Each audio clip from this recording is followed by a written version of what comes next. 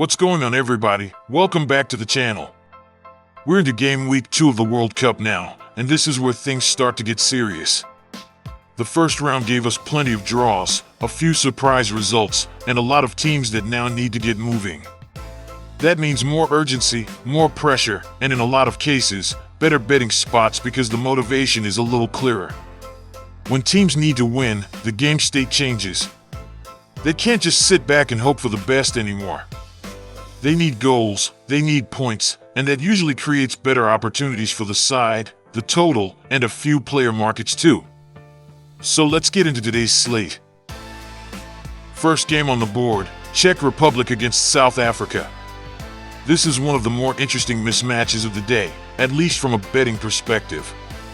South Africa's opening performance was not good, and I think that showed a few real cracks in the setup. They were second best in a lot of areas, and now they have to respond against a team that is much more organized and much more capable of controlling the game. Czech Republic didn't exactly blow anyone away either, but they looked like the better football side in terms of structure, and that matters in a tournament like this.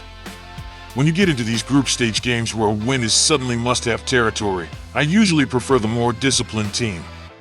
The price on Czech Republic is actually my best pick. If the market is giving me anything close to even money, that feels a little generous. I'd rather be on the side that has more stability and more ways to get the job done. I also like the idea of Czech Republic getting the corner edge.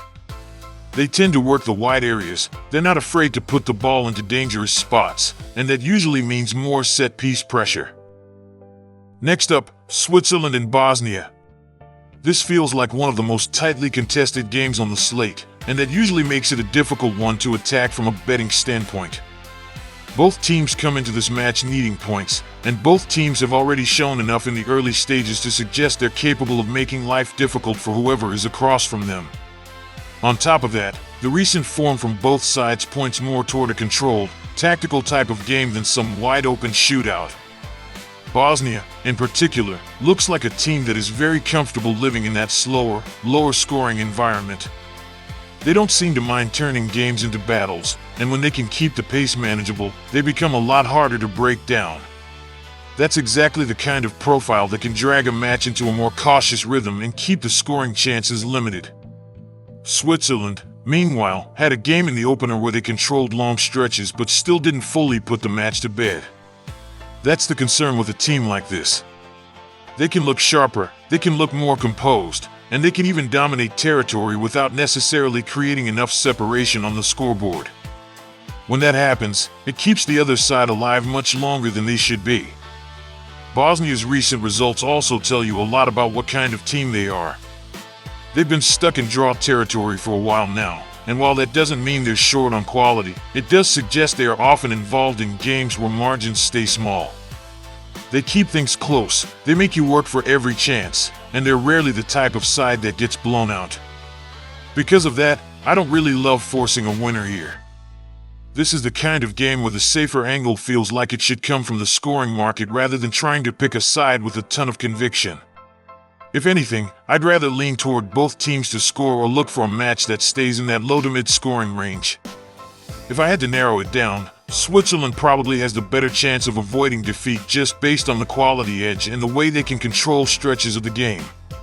But at the same time, I wouldn't be shocked by a draw at all. My best pick is both teams to score.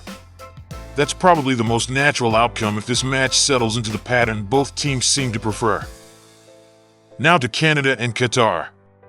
This is a massive game for Canada, because this is the kind of fixture they simply need to handle if they want to make a serious run in the group. Canada has the home advantage. They get a big boost with their best player available, and they should be able to apply a lot more pressure than they did in the opener. Qatar, though, is not a team that just rolls over. They are stubborn, they can defend in a low block, and they're capable of frustrating teams that come in expecting an easy night. That's what makes this a tricky match if you're just looking at the name value. But from a betting perspective, I still like Canada. I think they're the better side. I think they're more likely to create the higher quality chances, and I think the home environment gives them an edge that matters here. The total is the interesting part. I could definitely see a game script where Canada controls it, scores first, and then the tempo drops a little. that would keep this from turning into some wide-open shootout.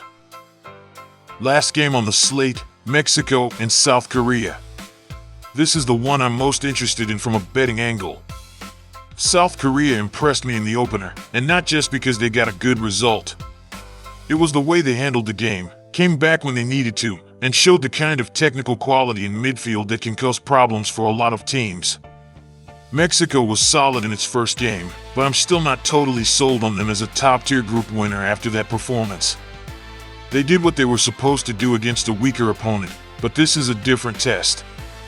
South Korea is more composed, more balanced, and more dangerous than the kind of team Mexico just faced. What stands out to me most here is that South Korea has the ability to make this uncomfortable for Mexico. They can keep the ball, they can break lines, and they can create enough chances to feel like a live underdog. Mexico, to their credit, are usually hard to break down. They defend well, and they're rarely easy to play against. That's why I think the better angle here might not be a straight Mexico play, but rather South Korea not to lose. My best pick is both teams to score. That's the kind of spot where you're getting a team with value, a team with technical quality, and a team that already showed it can respond in a high-pressure setting. So to wrap it up, here's how I'm looking at today's World Cup slate. Czech Republic to win. They look like the cleaner, more organized side, and this feels like the kind of spot where structure and discipline should win out. Czech Republic most corners. I like the way they can work the wide areas and create pressure around the box, which usually translates well into corner numbers. Switzerland versus Bosnia, BTTS lean, under lean. This is the kind of matchup where both teams can find moments, but neither side really screams a runaway scoring game. Canada to win. They're at home, they've got the better overall setup, and this is the kind of match they should be expected to handle.